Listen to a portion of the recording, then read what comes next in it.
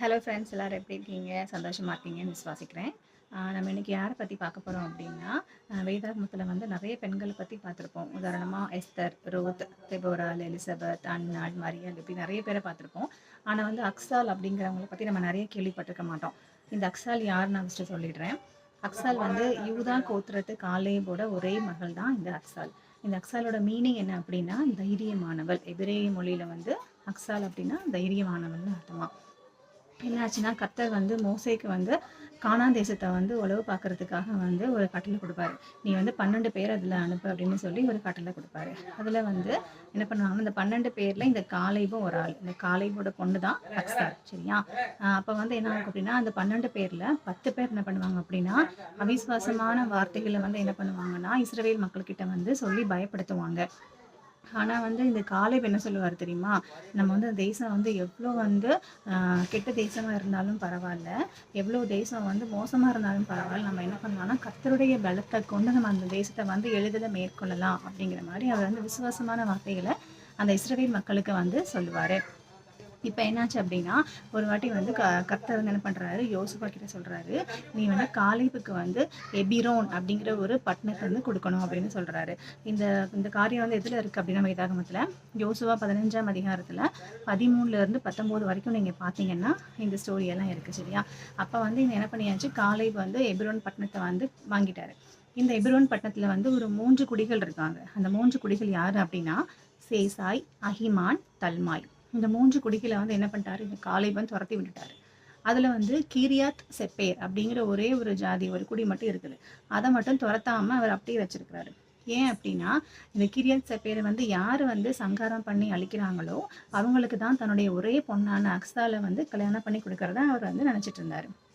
இந்த டைமில் என்னாச்சு அப்படின்னா, ஒத்தினியேல் அப்படிங்கிறவர். இந்த ஒத்தினியேல் அது யார் அப்படின்னா, இஸ்ரவேலை நியாயம் தீர்த்த நியாயாதிபதிகளை ஒருத்தர் தான் இந்த ஒத்தினியேல். ஒத்தினியேல் வந்து யாரோட பையன் தெரியுமா?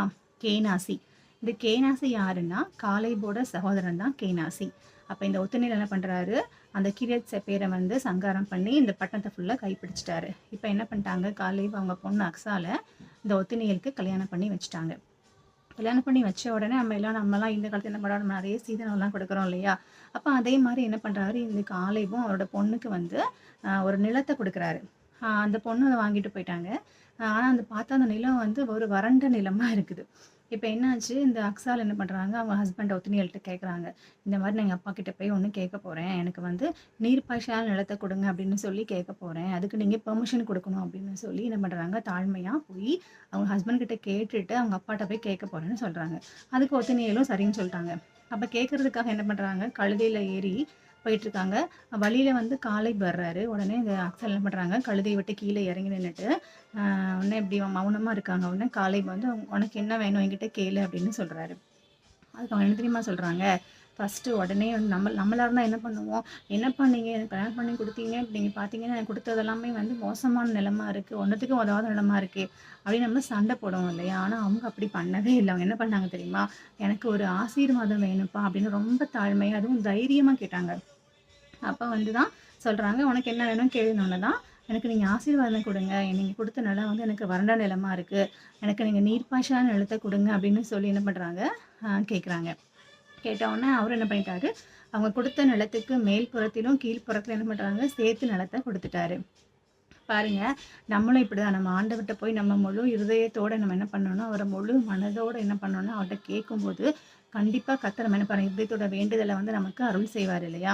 அதே மாதிரி மேல்புறத்திலும் கீழ்ப்புறத்திலும் சேர்த்து கொடுத்தாருல காலேப். நமக்கு வந்து மேல்புறம்னா என்ன, மேல்புறம்னா நமக்கு மேலே இருக்கிறது பரலோகம் இல்லையா? ஸோ அது வந்து பரலோகம் ஆசீர்வாதம் தான் கொடுப்பாரு, நமக்கு கொடுப்பாரு. கீழ்ப்புறம்னா என்ன, அது வந்து பூலோகம் ஆசீர்வாதம் இல்லையா? ஸோ நம்ம என்ன பண்ணணும், நம்ம அப்பாவாகிய பரலோக தந்தையிட்ட கேட்கணும், அப்பா நீங்கள் எனக்கு பரலோக ஆசீர்வாதமாகிய ஆவிக்குரிய அந்த நன்மைகளை கொடுங்க, பூலோக ஆசீர்வாதமாகிய நன்மைகள் எனக்கு கொடுங்க அப்படின்னு நம்ம என்ன பண்ணணும், சேர்த்து நம்ம ஆண்டவர்கிட்ட தைரியமாக நம்ம என்ன பண்ணணும், அக்சாலை போல் நம்ம முழு இருதயத்தை திறந்து முழு மனதோட கேட்கும்போது என்ன பண்ணணும், கண்டிப்பாக நம்ம நம்ம நம்ம கேட்குறப்ப ஆண்டவர் நமக்கு என்ன பண்ணுவார், அதை கொடுப்பாரு. ஸோ நம்மளும் என்ன பண்ணுவோம், அக்சாலை போல் தைரியமாக கேட்டு எல்லாவற்றையும் ஆண்டவர்கிட்டருந்து பெற்றுக்கொள்ளுவோம். பரலோக ஆசீர்வாதத்தையும் பெற்றுக்கொள்ளுவோம், பூலோக நன்மைகளையும் பெற்றுக்கொள்ளுவோம். ஆமீன். அல்லேலூயா. ஸ்தோத்திரம்.